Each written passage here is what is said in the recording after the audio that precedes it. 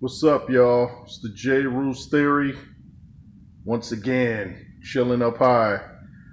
I gotta disagree with my dude Showbiz about Lennox Lewis being an all-time great, but not in the top 10.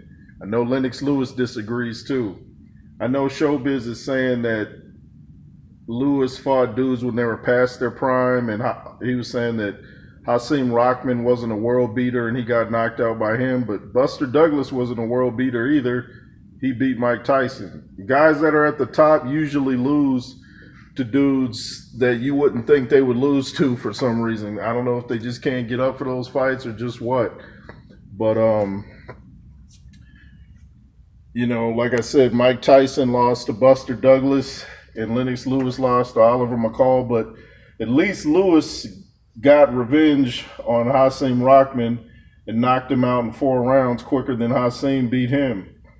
And Lewis did fight guys in their prime, I think Shannon Briggs was in his prime in a great fight. I think Andrew Galata was in his prime in a great fight. And it's not really Lennox Lewis's fault if he didn't fight dudes like Mike Tyson and Holyfield where they're younger. Them guys avoided Lennox Lewis. You remember how long it took Lennox Lewis to get Evander Holyfield in the ring? Mike Tyson, and you can look this up, y'all, paid Lennox Lewis $4 million not to fight. Not to fight. And you might say, well, that's after, he came out of jail. But Tyson was whooping everybody when he came out of jail except for Evander Holyfield. So there's a reason that Lennox Lewis fought some of these guys at a higher age. So that says a lot about Lennox Lewis and his imposing presence. Even Jim Lampley said he was kind of afraid of Lennox Lewis when he first met him. And when I get him back on the show, I want him to elaborate on why that was. But I totally disagree with Biz. Lennox Lewis, of course Biz can make his own list, but how can you not say Lennox Lewis is in your top 3, top 5, top 10? And Lennox Lewis was knocking dudes out that you wouldn't think could be knocked out. Like Deontay Wilder is knocking dudes out that you're like, okay, who's this dude? Lennox Lewis was knocking dudes out like, whoa, whoever did Andrew Galata like that? Whoever did Evander Holyfield, where he didn't even really win around in that first fight, even though they said it was a draw. We all know what we saw. But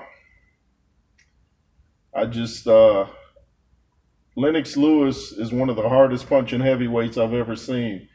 And he had one of the hardest jabs. He knew how to adapt in the middle of a fight, like Alexander Usyk adapts so well during the middle of a fight.